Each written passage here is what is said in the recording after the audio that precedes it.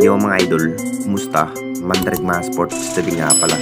Ating pag-usapan, Barangay Ginebra, Jimmy Malonzo is back to Ginebra at Justin Brownlee may gustong patunayan sa lahat. Pero bago na nga yan, kung bago pa lang sa aking channel, huwag mong kalimutan mag-subscribe at i-click ang notification bell para like kang updated sa latest upload natin.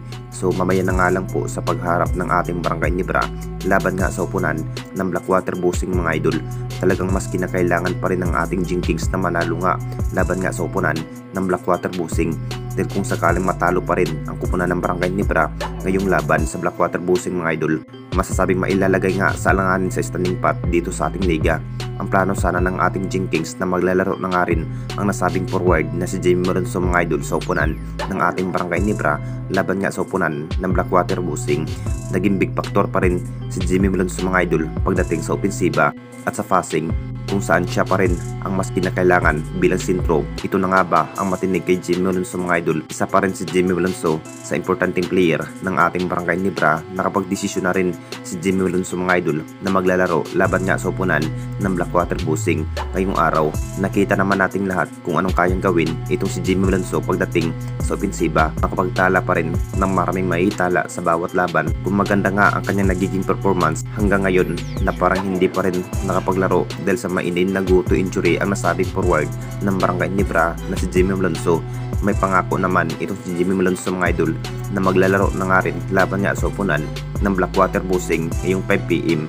At dito na naman tayo sa isa pa nating balita. Justin Brownlee may gustong patunayan sa lahat.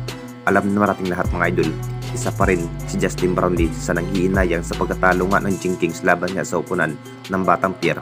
Dito na nga ba ibubuhos ng ating bis import na si Justin Brownlee sa upunan ng Blackwater Busing. Isa pa rin si Justin Brownlee sa mas aggressive sa bawat laban, kung saan siya pa rin ang magdadala sa opensiba ng ating bis import ng Barangay Ginebra. Naging big factor pa rin ang nasabing bis import na si Justin Brownlee kung nasa 4th quarter ta ang kanya nagiging laro, dahil mas kumamada pa rin ng maraming maiitala sa bawat laban. May gustong patunayan pa rin si Justin Brownlee mga idol sa lahat. Kayang-kaya pa rin ni Justin Brownlee bubuhatin at makapasok sa playoffs ang Barangay Ginebra ngayong season. Gagawin pa rin ang best performance para matalo nga ang Blackwater Busing. Hinihintay pa rin ang lahat kung anong magagawa ni Justin Brownlee na matalo nga ang Blackwater Busing. 5 PM na nga rin ang pagharap kung sino na nga ba ang mananalo o matatalo, dahil kinakabahan pa rin ang Jinkings dito mga idol kung makapasok na nga ba sa playoffs ngayong Commissioner Cup. Anong masasabi ninyo mga idol tungkol sa ating video?